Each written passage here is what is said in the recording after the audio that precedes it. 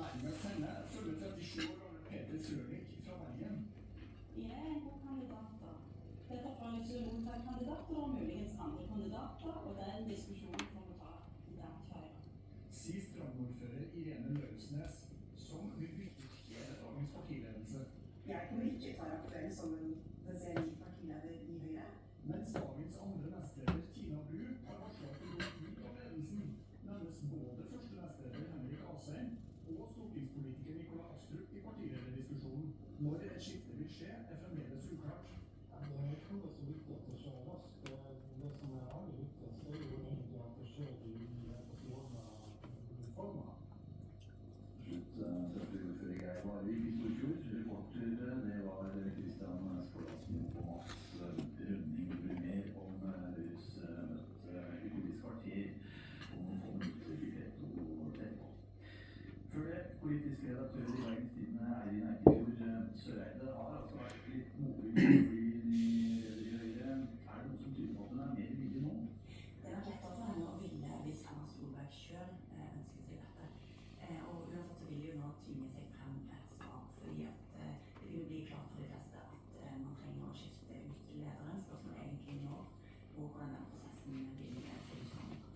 Men det var andre hvis Søreide nekter å trekke på Peter Frølich, men er det noe så sikkert at det blir han hvis det ikke blir Søreide? Hvis det ikke blir Søreide, så tenker jeg at det blir mye mer spennende dette.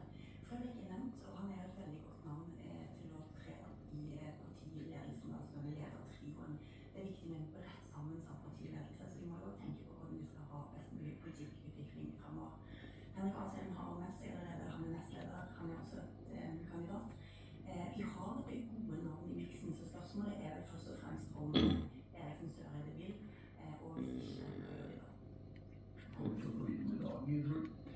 Den vi får vite i dag vil jeg tro at det handler mer om prosessen fremover. Vi må avklare hvordan, på hvilket tidspunkt skal Erna Solberg formelt trekke seg. Kanskje får vi svar på det, men i hvert fall hvordan dette vil se ut. Og dette er jo et spørsmål som er så viktig at de ikke trenger å rushe. De kan bruke tid på å velge sin neste leder.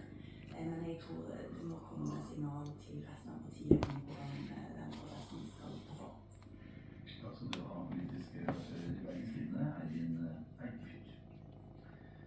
Så til USA og drapet på høyreaktivisten Charlie Kirk. Politiet har ennå ikke identifisert gjerningsmannen, mens retten pågår så oppfordrer delstatens guvernørfolk om å koble seg av sosiale medier og ikke spre så mye desinformasjon om etterforskning. There is a tremendous amount of disinformation. Det er mye feilinformasjon på sosiale medier. Kildene våre ønsker vold, hevder guvernør Spencer Cox. Our adversaries want violence.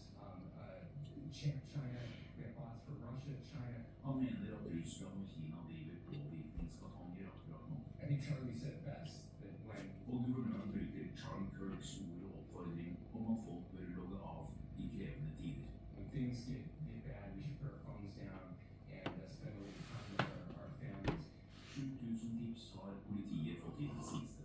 Og på pressemøtet spiller politiet av en ny overvåkningsvideo. We'll go ahead and play that video and I'll narrate as we walk through that. Hittil er ingen pågrepelser. So here you see the suspect right behind the upper. Gjerningsmannen er ikke identifisert, men godt over ett døgn etter drapet kan politiet vise nye videoer der man ser gjerningsmannen hoppe ned fra et tak på universitetsområdet der Charlie Kirk ble drept. Studenten Alexandra Cava opplever at politisk motivert vold er mer normalen her i landet. I hope that it doesn't continue that way, and it's sad to me. Og spørsmålet amerikanerne bør stille seg er om de vil fortsette å ha det sånn. Anders Tvegård, Washington.